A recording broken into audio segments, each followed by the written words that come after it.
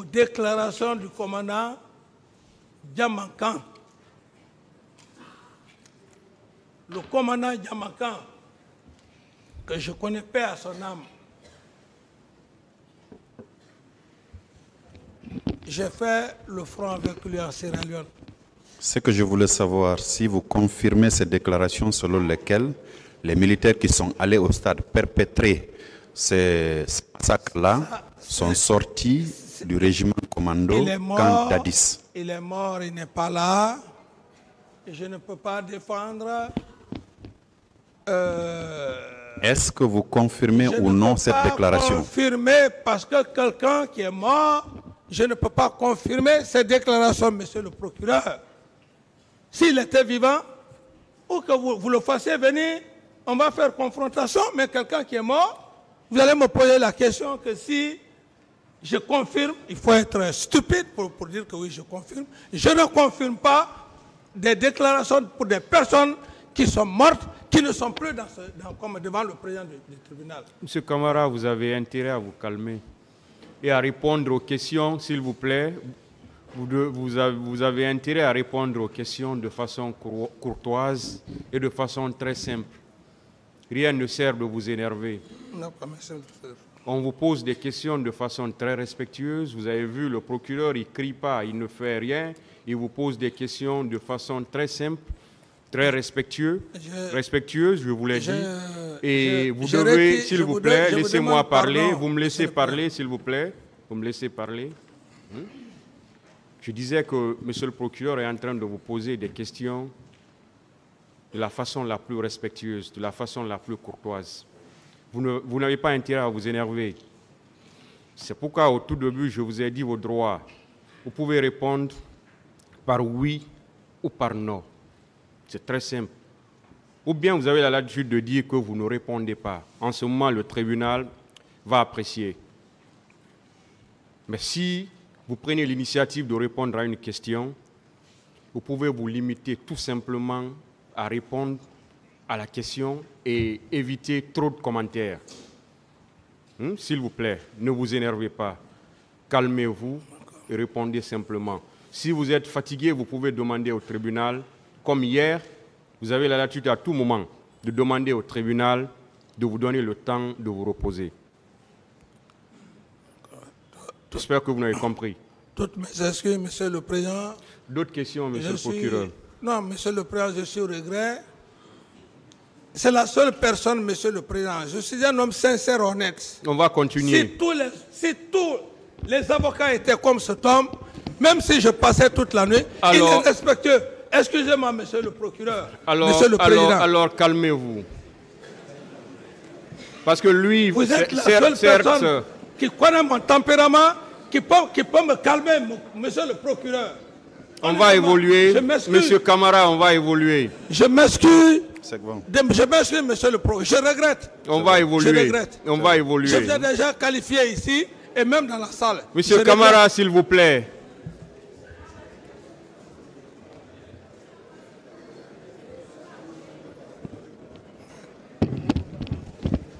On peut avancer. On peut continuer? Continuez, monsieur le procureur. Merci, monsieur le président. Je prends un autre procès verbal de déposition de témoins. Cette fois-ci, c'est le général Ansouman Kaba. Vous l'avez connu, ce général, monsieur Moussa Dadis Camara? C'est mon ancien. C'est mon ancien. Il a dit, enfin, je m'excuse d'abord, je vais donner la cote à vos conseils. C'est la cote 1299. Lui également a été entendu par le pool des juges d'instruction le 13 avril 2016 à 10h29. À la page 2, répondant à une des questions des juges d'instruction, il a dit ceci.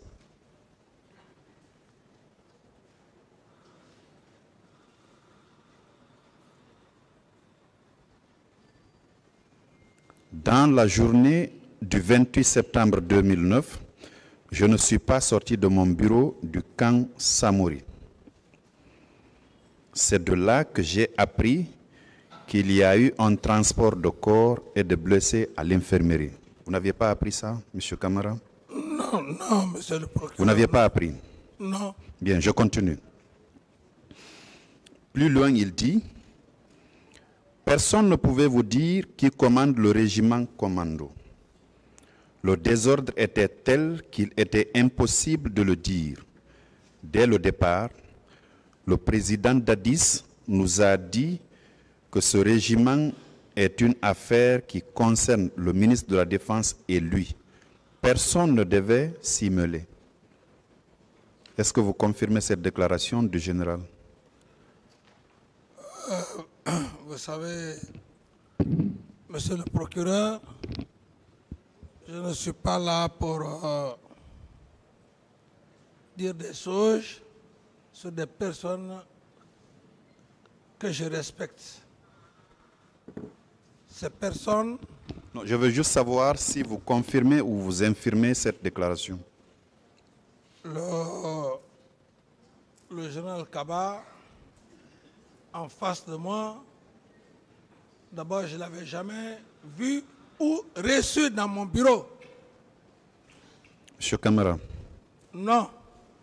Vous ne confirmez pas? Je ne confirme pas. Très bien. Je poursuis. Toujours sur la même page, il dit, c'est naturellement les gens de ce régiment qui se sont rendus au stade. On a parlé de béret rouge. À dire que c'est tel ou tel, je ne sais pas. Vous confirmez que ce sont les gens du régiment qui se sont rendus au stade, les bérets rouges du régiment? Mais le commandant Tomba s'est rendu Est-ce au que stade. vous confirmez cela? Arrêtez de citer des gens. Oui. La question vous est destinée. Oui, si effectivement il a dit, je confirme. Très Même bien. si c'est 2 ou 3 éléments, je Très bien. confirme. Je poursuis.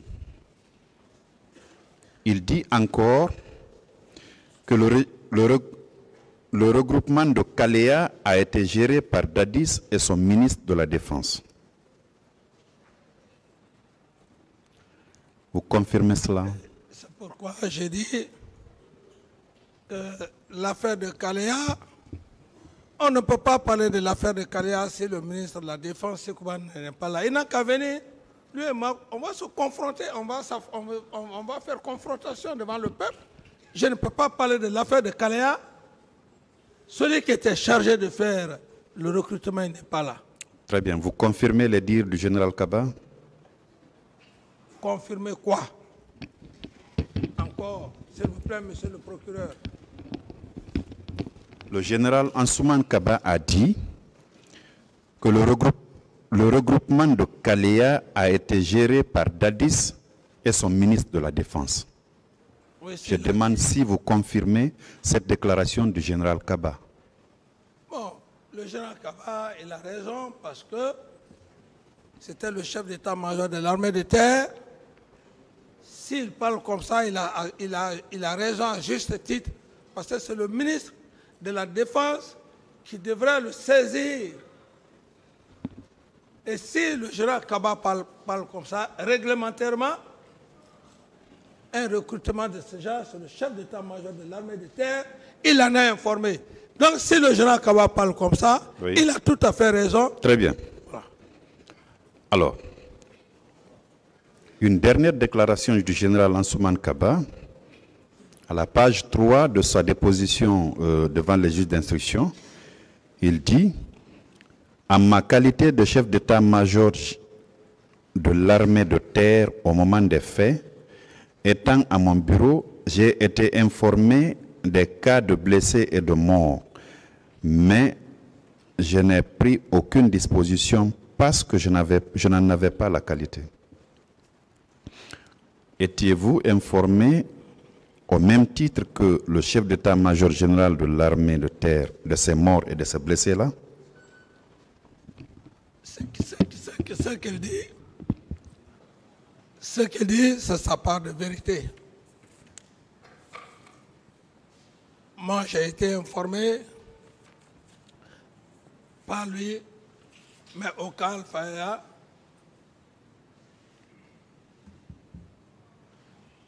Ces informations, je ne suis pas lié avec ces informations. Ces informations, ça ne concerne que M. Kaba. Non, je ne peux pas affirmer de quoi que ce soit. Bien. Vous connaissez, monsieur le général de brigade Mathurin Bangoura? Oui, je le connais bien. Alors lui aussi, il était poursuivi pour ces faits-là. Dans son procès verbal d'interrogatoire devant le pôle des juges d'instruction, le 24 juillet 2015, à 11h11, c'est la cote 12,90 pour vos conseils.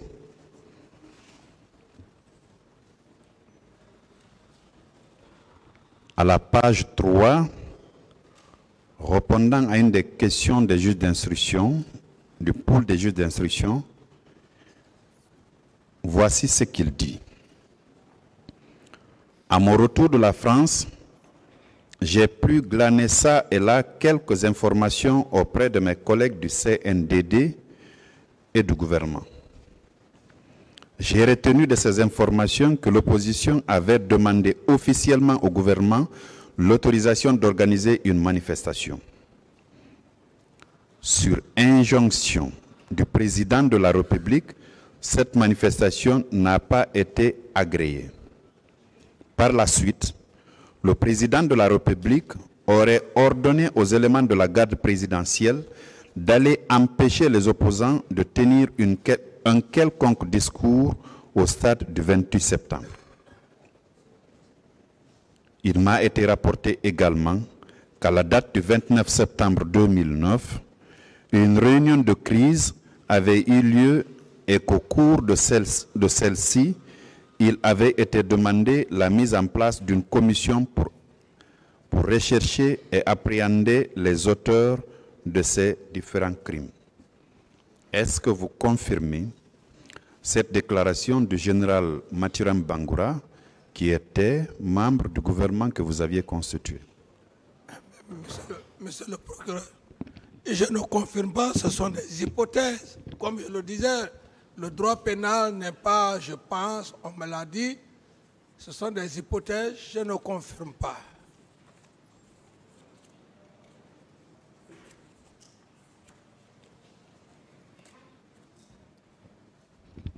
Pourtant, c'était un de vos proches, non?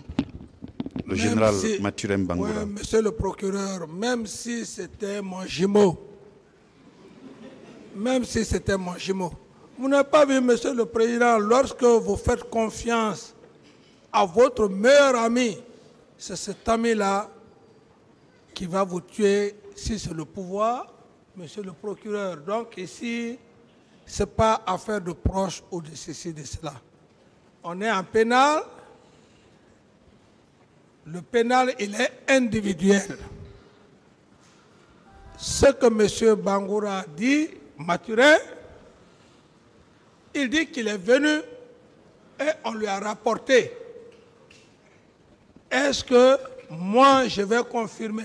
Est-ce que c'est une bonne information que M. Mathurin a reçue ou bien une mauvaise information? Je ne suis pas à mesure de confirmer cette assertion. Pourtant, il a été assez précis. Il dit que les informations, il les a obtenues des membres du CNDD et de ses collègues du gouvernement.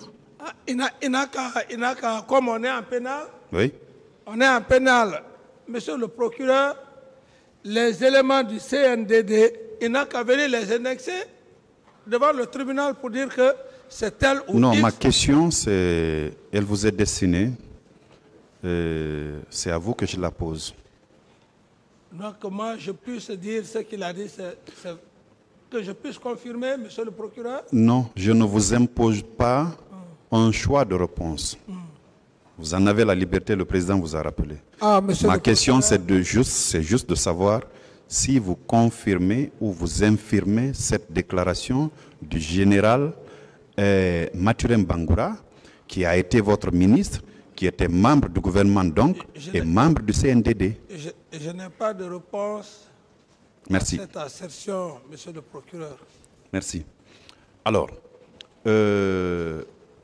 vous étiez tout au moins informé de la réunion que l'état-major avait organisée dans l'enceinte du camp le 27 septembre 2009 pour définir la ligne que les militaires devaient suivre au cas où la marche, le meeting avait lieu. Vous étiez informé de cette réunion-là? Non, monsieur le procureur. Vous n'étiez pas informé de cette réunion? Réunion où? Le lieu? À l'état-major des forces armées. Bon, même s'ils ont tenu une réunion, je n'ai pas présidé. Je n'ai pas présidé cette réunion. Même s'ils ont, je ne dis pas qu'ils n'ont pas tenu une réunion, mais s'ils ont tenu une réunion, moi, M. Camara, je n'ai pas présidé à cette réunion. Vous n'en aviez pas pris part aussi? Aucunement pas. Vous aviez été informé des décisions issues de cette réunion-là? Aucune décision. Il faut participer à une réunion pour qu'on te dise les décisions issues de cette réunion. Oui, on devait vous le dire, on devait vous informer parce que vous étiez le commandant en chef des forces armées. L'armée ne peut pas se réunir sans qu'on ne vous dise pourquoi ils doivent se réunir et quel a été l'objectif final, enfin les résolutions de leur réunion. On ne peut pas le faire. Vous étiez le commandant en chef des forces armées, monsieur Moussa Dadis Camara. Monsieur le procureur, vous savez pourquoi je fais un peu ce sourire-là? Parce que l'armée que vous parlez, monsieur le procureur, c'est même dans les mêmes réunions là aussi qu'on essaie de faire le coup d'État. Donc, une réunion, ce n'est pas obligatoirement que toutes les réunions que le président doit savoir, monsieur le procureur. C'est ce que je veux vous faire comprendre. Il y a des réunions que le président n'est pas tenu obligé de savoir.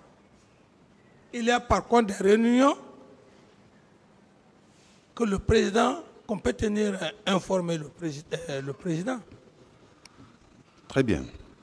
Il y a un officier supérieur de l'armée guinéenne qui avait pris part à cette réunion. Un officier de gendarmerie, le général Ibrahima Baldé. Vous le connaissez, non? Oui.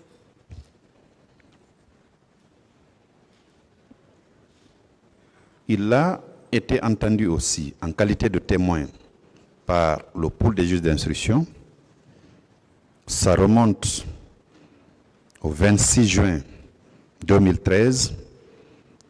Il était 10h18 quand le pôle le recevait. Il a dit à la page 2 de sa déposition de témoin, il dit ceci. À la date du 27 septembre 2009, j'ai été convié à une réunion à l'état-major général des armées. Au cours de cette rencontre, il a été question de prendre des instructions sur les dispositions concernant les informations qui étaient en notre possession et le dispositif sécuritaire à mettre en place. Il a été retenu que s'il y avait marche, seule la gendarmerie et la police nationale devaient assurer le maintien d'ordre. Je lis ce qui est écrit. Les autres corps devaient être casernés. Est-ce que vous étiez informé de cette situation-là, M. Camara? C'est ce que je vous dis, monsieur le procureur. J'ai dit, ça dépend du chef d'état-major général des armées, l'heure à laquelle il doit convoquer les chefs d'état-major particuliers. Est-ce que vous avez été informé Non, de cette réunion? C'est ce qu'il veut Non. savoir. non, non, cette réunion, non. Si le chef d'état-major général des armées a donné, a livré certaines choses, je n'ai pas été informé. C'est bon. Vous avez répondu. Très bien.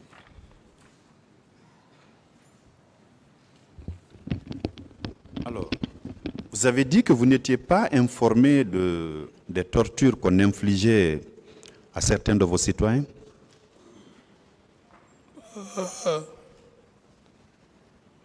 J'ai dit que les gens en parlaient, mais je n'ai pas vu une personne, tout au moins parmi les victimes, d'entre elles, de mes yeux. D'accord. Je vous en donne une. Il s'agit de M. Abdoulaye Diallo. Il a été auditionné par le pool des juges d'instruction le 13 février 2013 à 10h15. C'est la cote 11,96 pour vos avocats.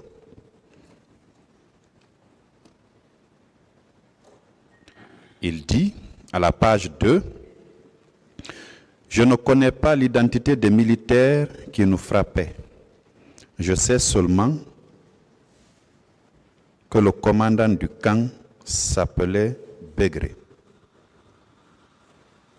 Ça, c'est une des victimes qui s'est constituée partie civile devant les juges d'instruction qui tient cette déclaration. Elle poursuit. Du lundi au samedi, j'ai été détenu et frappé au camp Koundara.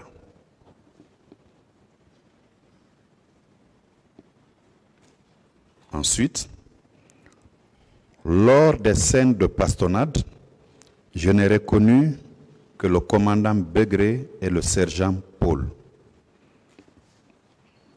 Vous qui étiez président de la transition, commandant en chef des forces armées, cela s'est passé dans un des camps qui relevait de votre autorité pendant tout au moins une semaine.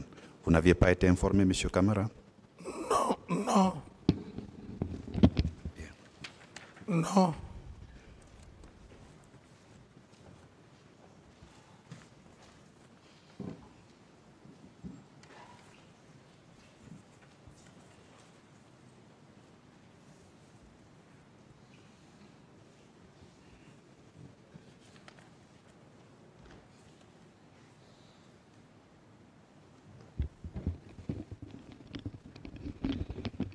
Alors, vous saviez quand même que des recrues étaient en formation au centre d'instruction de Kalea?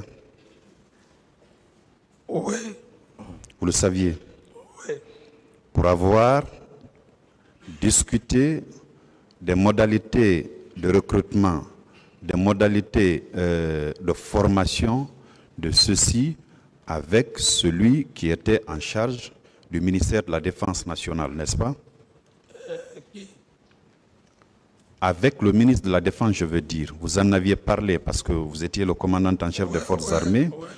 Et vous avez précisé que quand il vous en a parlé, vous avez demandé à ce que les recrues proviennent des 4 régions naturelles de la République. Oui, parfait, oui. N'est-ce pas? Oui. Alors, habituellement, quand on organise des recrutements de ce genre, il faut absolument que ça reçoive l'onction du commandant en chef des forces armées que vous étiez. Est-ce que, quand on a mis en place, quand on a recruté ces gens-là, le ministre était revenu vous dire que vos instructions avaient été suivies à la lettre, comme quoi on a puisé ces recrues-là parmi les citoyens guinéens remplissant les conditions et originaires des 4 régions naturelles. Est-ce que le ministre de la Défense nationale vous avez fait le retour? Non. Vous ne l'avez pas interpellé non plus par rapport à cette histoire de recrutement? Non. Vous savez, quand vous avez confiance à quelqu'un, à une personne, hein, comme d'ailleurs tout le monde m'a vu avec le général Sekouba, aujourd'hui, je ne peux pas nier pour dire qu'on n'était pas liés. Le pouvoir, on le partageait équitablement, il n'y avait même pas de différence. Donc, avec une telle confiance, je n'ai pas demandé quoi que ce soit, monsieur le procureur. Monsieur Camara, Oui, est-ce que vous pouvez continuer? oui, je peux. Allez-y, monsieur le procureur. Bien que ma voix est prise, mais l'essentiel, voilà. Je vais aussi aider la Cour. Alors, efforcez-vous à parler dans le micro. Oui.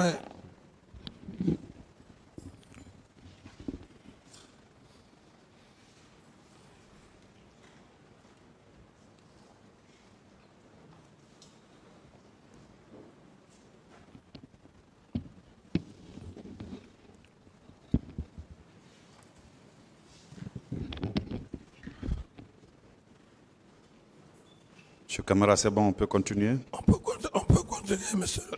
Oui, on peut continuer. On peut. D'accord. Est-ce que vous pouvez vraiment continuer? Oui, je veux, oui. Parce qu'on est en train de comprendre que votre voix est en train de disparaître. Ouais, bon. On a du mal à, s'il vous plaît, on a du mal à vous entendre. Mais je ne voudrais pas que l'audience quand même... si comme ça vous pouvez me comprendre, monsieur le président, on peut continuer, je pense que c'est bon. Ça dépend de vous. Oui, bon, je suis vraiment, je le veux bien. Vraiment, je le veux. D'accord. Oui, qu'est-ce que vous voulez dire, maître? Allez-y, oui.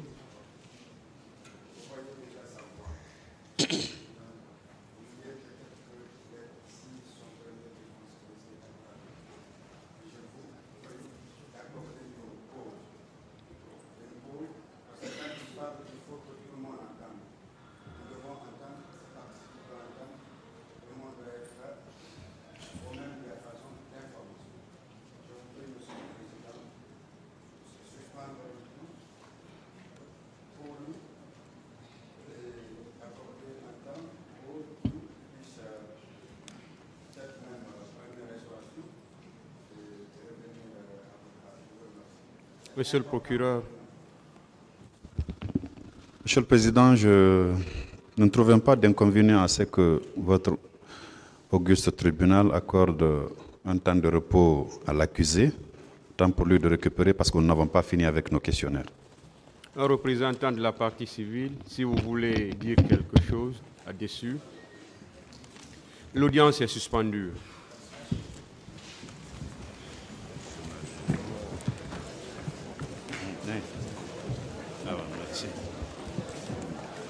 Là, c'est la plus